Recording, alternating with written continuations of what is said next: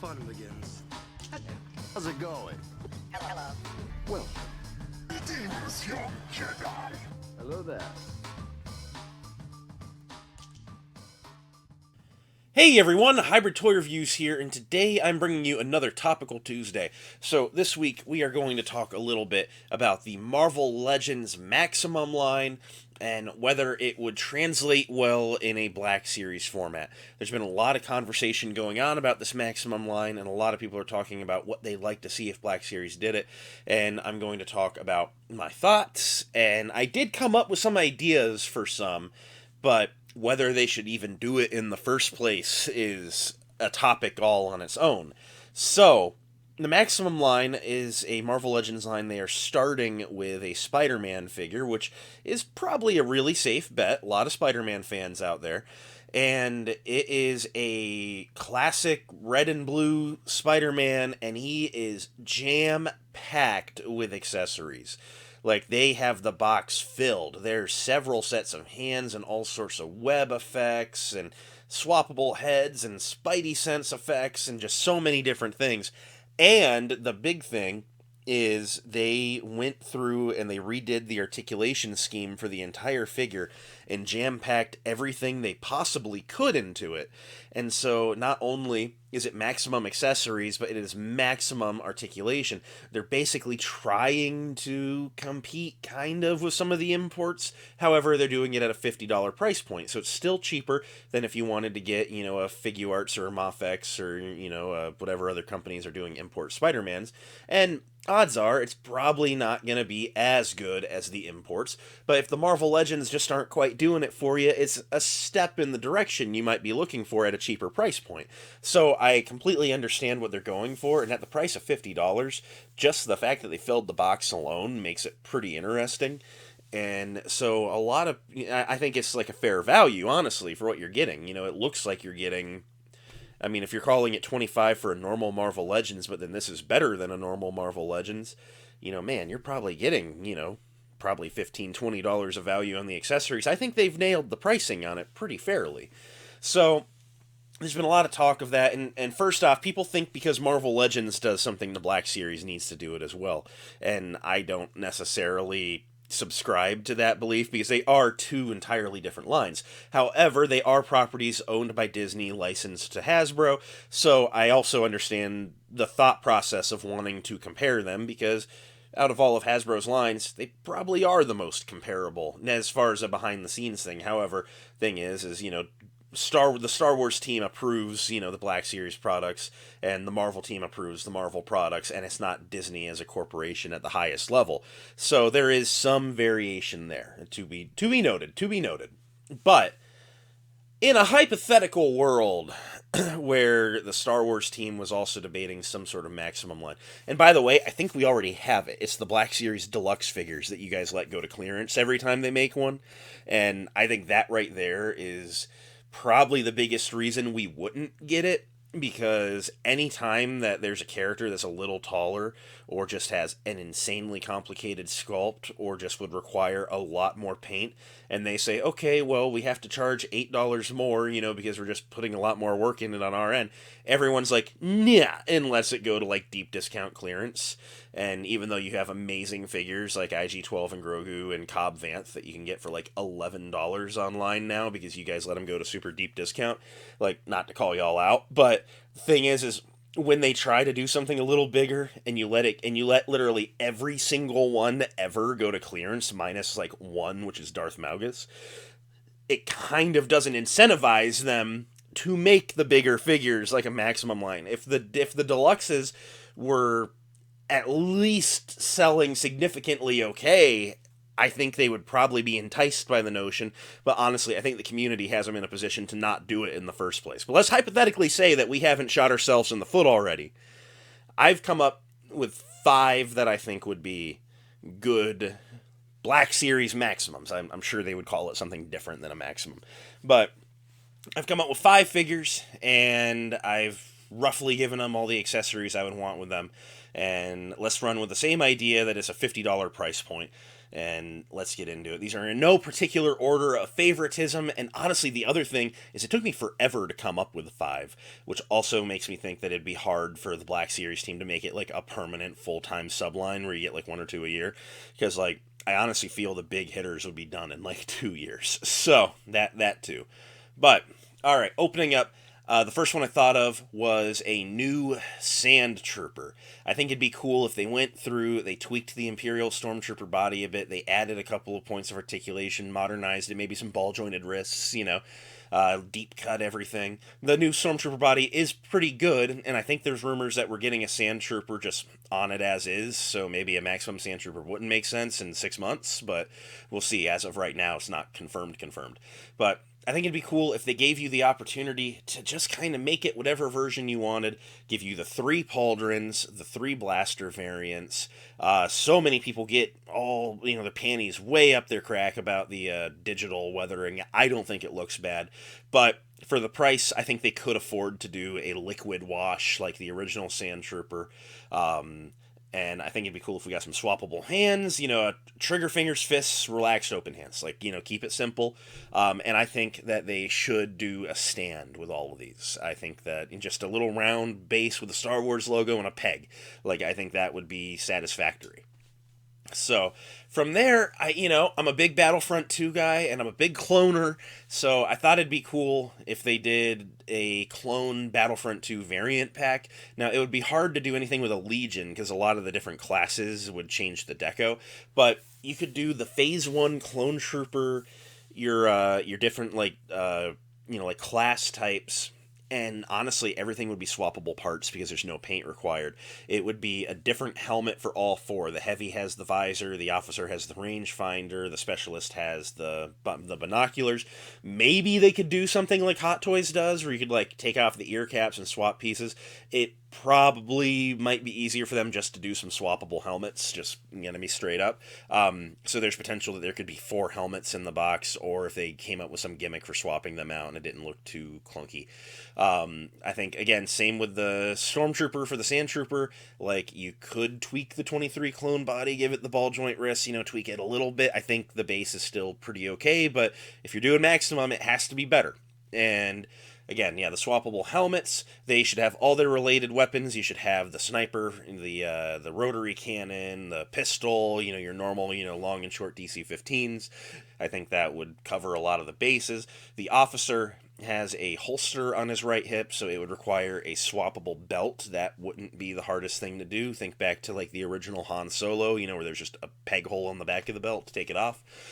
I think that they should potentially do some really light weathering here, just a little scuff here and there, nothing too bonkers, but come on, we're paying $50, give us some paint here. And then again, like I said, all these should come with a stand. So getting into some of the more character ones now, I think a maximum Anakin Skywalker from ROTS would be perfect. Again, hyper-articulated sculpt. Throw those damn 2013 legs out the window. If you hit me with a maximum with those legs, I will go to Rhode Island and I will be pissed. But honestly, it needs to be a new hyper-articulated sculpt. There should be a swappable head gimmick, a light side, a dark side. I think that they should do a removable right forearm where you can take the gauntlet off and then put on a prosthetic. I had a Clone Wars Anakin figure as a kid that had that gimmick. Just the black and gold, prosthetic arm. I think it would just be a cool option, So I think the swappable forearm, which then would also give you a forearm swivel. That's not a bad point of articulation. Several sets of hands for all 3 hands you would have at that point. I'd want some, different robot hands, and then I'd want, the glove hand and then the flesh hand for the left hand. I think that they should do his lightsaber with a swappable red and blue blade, just to kind of match up with that Ahsoka cameo. They did it with Starkiller in the Hasbro Deluxe version, so I know you can give me 2 blades per hilt. And then I think a wired Jedi robe would be spectacular. I'm not against the soft goods in general, but I think at this price point, the wiring would not be out of the possibility. And then, again, as mentioned, the stand. So the stand is going to be a standard. After those 3, This was where the list kind of started getting a little bit hard for me, but these last two I think would be really cool ones. So I think it'd be cool if they did a General Grievous that was, again, a total new sculpt. Fix the height issue. It doesn't personally bother me a lot, but I know a lot of people spaz about it. So up his height an inch, make him imposing. And of course, hyper articulated. I'm going to go with the Anakin idea and have the cloak be wired this time. A lot of the accessories are similar. Give me the 4 lightsabers, give me the blaster. Add a Magna Guard staff. Like, really, really cover all your bases here. And then the splitting arms gimmick doesn't do it for me, because you can either have the splitting arms or you can have good articulation. So I would want them to do like what they did with the '08 Grievous figure for the Clone Wars, and just make the arms pull out at the shoulder and have swappable arms entirely. One of them that's just a really articulated, where he's got 2 arms, and then 2 of them where they're just really articulated forearms. Like, I can't seamlessly split his arms, during play with the figure to make it look just like the movie. It's a big fiddly process anyway. So like I don't need the figure to do that. Like I would rather just swap it at the shoulder, personally. And then the stand. So this last one, honestly, it took me forever to come up with it, but I think I cooked on it.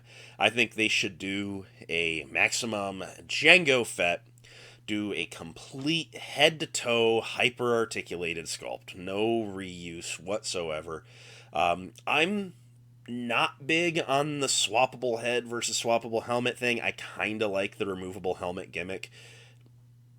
Take it or leave it. Like, if they did it and it was swappable, I wouldn't not buy it, but like I wrote removable helmet. However, then I said swappable heads, because I would want one to be, your normal Django head, and then the other one I would want him to have his headgear for flying the Slave One, the little like earpiece like band over his forehead. I think some people say it should be a removable piece that you just put on over the head, but I think it would be bulky, and I think if they just permanently affixed it to the head, they could really slim it down a little bit. So I would want a swappable head with that permanently stuck on it. 2 pistols, 2 jetpacks, give me some swappable hands. Again, just trigger fingers, fists, relaxed hands, that'd be cool.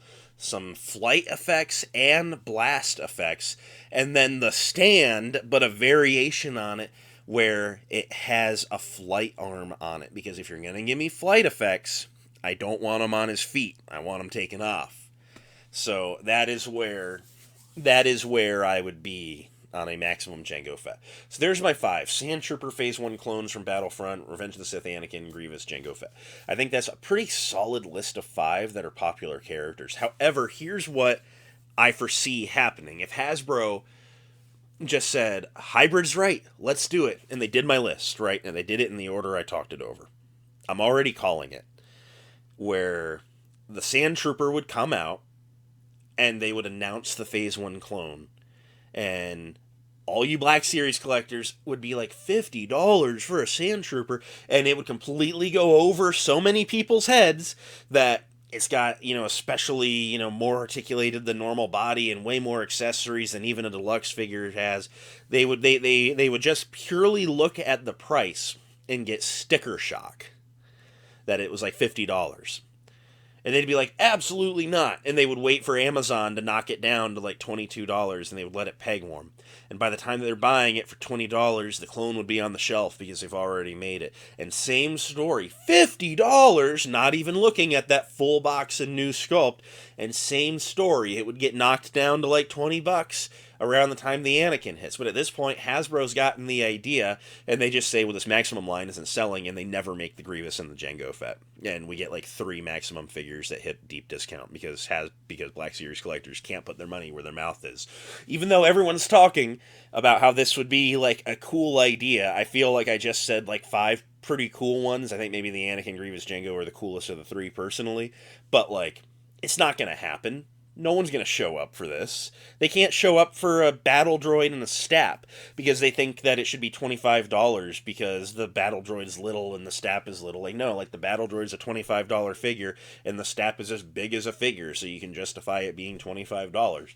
I don't want to go down the rabbit hole. I'm just saying, we don't show up for anything. So why would we show up for a Maximum line? I'm not trying to be a pessimist, but I don't know. So anyway, that's my thoughts. Would a maximum line be cool? Yeah. It was hard coming up with 5, and we just all know it wouldn't work in the long run. So, should they do it? From a business perspective, no. As a guy that wants a maximum line, I hope they do. But it's not, I'm not going to be screaming from the rooftops about how they should do it because I just understand that it's not going to financially work for them. So that's kind of where I'm at. It sucks, but it's just the Black Series collectors like their $25 price point. So that's probably what it's going to remain. So that's it for now. What do you think? If you could get your perfect maximum figure, what would you want it to be?